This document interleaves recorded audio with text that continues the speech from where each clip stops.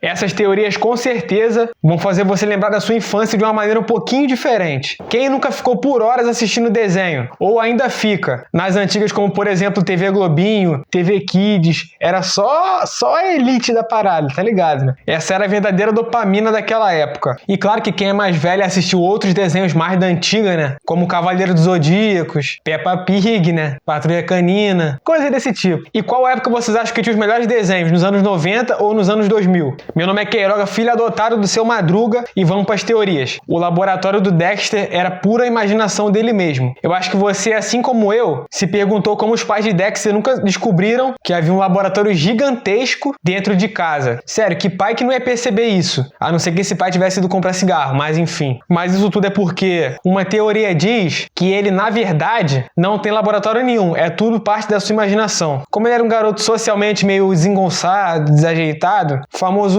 nerdola, e Dexter se baseou fortemente na sua imaginação, até porque seus rivais eram, na verdade, seus poucos amigos, né? Também com grandes invenções. E quando eles brincavam juntos, as aventuras fantásticas do laboratório de Dexter sempre aconteciam. E parando pra pensar, achei que faz muito sentido, porque é impossível alguém não perceber um laboratório enorme dentro da sua própria casa, né? O Hora de Aventura, na verdade, se passa no mundo pós-apocalíptico. Eu sei que faz tempo, mas você se lembra da Grande Guerra dos Cogumelos? Então, tem teorias que afirmam com muita força que ela se tratava de uma guerra nuclear, o que era para ser um desenho, né? Mas beleza. E essa guerra que teria dado origem ao maravilhoso mundo de Wu. E a radiação das bombas atômicas eliminou praticamente toda a vida na Terra. E os sobreviventes sofreram mutações terríveis que modificam seu material genético e resultam em bizarras criaturinhas que habitam Wu. Isso acaba respondendo porque é uma terra meio vazia, de certa forma. E tem várias criaturinhas bem diferentes. E essa teoria faz um pouquinho de sentido por esse fato das criaturas diferentes naquele lugar. Agora, tem uma teoria sobre a mansão Foster muito interessante. Essa teoria diz respeito a dois personagens específicos do desenho. São ela, Madame Foster e o Frank. Se você reparar bem nas duas, usam a mesma roupa na cena, porém, as da Madame Foster são um pouquinho mais gastas do brechó. Mas e se a Madame Foster quisesse ser jovem de novo, para poder realizar as tarefas que não são mais tão fáceis assim? E se para isso ela tivesse imaginado uma versão mais jovem de si mesma? Daí a origem de Frank. Será que seria impossível essa hipótese? Assim que alguém que cuide de uma mansão repleta de amigos imaginários tenha imaginado uma versão mais jovem de si mesma. Talvez fosse para ter mais vigor e mais força física do que nessa versão atual dela, né? Talvez fosse esse o motivo. Os monstros de Coragem com Covarde, na verdade, não existem. Segundo a teoria, a história do desenho é narrada a partir do ponto de vista do Coragem, que de coragem não tem nada. E sob a vista de um cachorro, se você parar para pensar, é bem diferente de um humano. Por isso ele se assusta com os bichos horríveis que aparecem em sua casa, mas os donos não dão nem bola, nenhuma para eles, já que eles são humanos e sabem que os tais monstros são apenas pessoas normais ou na verdade nem existem na realidade. E aliás, o animalzinho não mora no meio do nada. Ele inclusive tem vizinhos, mas ele acredita estar num lugar isolado, porque ele nunca saiu para passear. O problema é que essa teoria realmente faz bastante sentido, porque afinal é um lugar bem deserto e suspeito. Porque a impressão que eu tenho, e de outras teorias, é que eles, na verdade, seriam um experimento do governo, tá ligado? E aquele lugar fosse uma espécie de Área 51. E, cara, sério, parando pra pensar, conectar as coisas faz muito sentido. Porque eu vejo muita gente dizer que lá na Área 51 teriam muitos monstros e que, na verdade, esses monstros eram seres humanos que foram geneticamente modificados através de experimentos. E isso sim explicaria a presença de muitos monstros em todo o desenho. Cara, isso é muita doideira, mas esse desenho é top, tá? Aladdin é uma história futurista. Uma teoria afirma que Aladdin não se passa em um mundo mágico, que a gente vê aqueles tapetes voador, aquelas coisas todas. Olha a doideira, mas sim se passa no futuro. Difícil imaginar isso, já que em toda a estética dos contos árabes antigos, mas porém uma prova dessa teoria é uma fala do gênio que em determinado episódio diz que as roupas de Aladdin eram do século 30, mesmo estando no 21, né, que é o nosso. E o que meio que atesta esse fato é o fato do gênio ter ficado na lâmpada por 10 mil anos. E alguns fãs acreditam que a história se passa no ano de 10.300, no século 103. E na verdade não seria século 30, né? E cara, são quase 80 séculos depois. A gente nem imagina como que pode ser o mundo nessa época, tá ligado? E a cultura islâmica é a única remanescente aos artefatos mágicos presentes no desenho, que são na verdade frutos da tecnologia, e assim também existiria a explicação para o gênio ter as referências da cultura pop que ele aplica no filme. Will Smith que o diga, né? Ficou sensacional de Gênio da Lâmpada. E essa teoria explica bem também o fato das falas do gênio e do jeito de se comportar. E apesar do fato do gênio vir do ano 10, meio que comprovando ou dando mais força para essa teoria. Caverna do Dragão é um purgatório. Esse é um dos meus desenhos favoritos. E essa provavelmente seja uma das teorias mais conhecidas de todos os desenhos. E talvez seja uma das primeiras, tá? Na teoria, Hank, Eric, Sheila, Diana, Presto e Bob teriam sofrido um acidente durante o passeio da montanha-russa que os levou ao reino da Caverna do Dragão. E o lugar que é, na realidade, o purgatório. E presta atenção nessa, de acordo com a teoria, o vilão vingador e o mestre dos magos seriam a mesma pessoa. Olha que doideira. Sendo que o mestre dos magos ajudava os meninos a escapar do vingador, a vencer ele, tá ligado? O bem e o mal sendo a mesma pessoa. Olha a especulação que nasceu do fato de que o desenho foi exibido em 1983 a 86. Claro que depois vieram reprises e tal. E ele acabou sendo interrompido, né? Encerrado, sem ter um episódio final. E o roteirista Michael Reeves desmentiu a teoria dizendo que o roteiro do fim da história havia sido escrito, mas nunca foi produzido. Mas pelo que sabemos deste episódio final, as crianças ainda não voltam para o seu mundo. Talvez por opção. Na minha opinião, é um pouquinho surpreendente, porque o objetivo dele sempre foi voltar para o lugar de onde eles vieram, né? Então acabou que ficou meio estranho assim, mas dá pra entender, eles viveram muito tempo naquele mundo e meio que se apegaram. Pode ser que seja isso também, entendeu? Ash está em coma. Outra teoria bem conhecida sugere que Ash de Pokémon, que na verdade eu lembro da música da abertura até hoje, tá ligado? Se meu jeito de viver,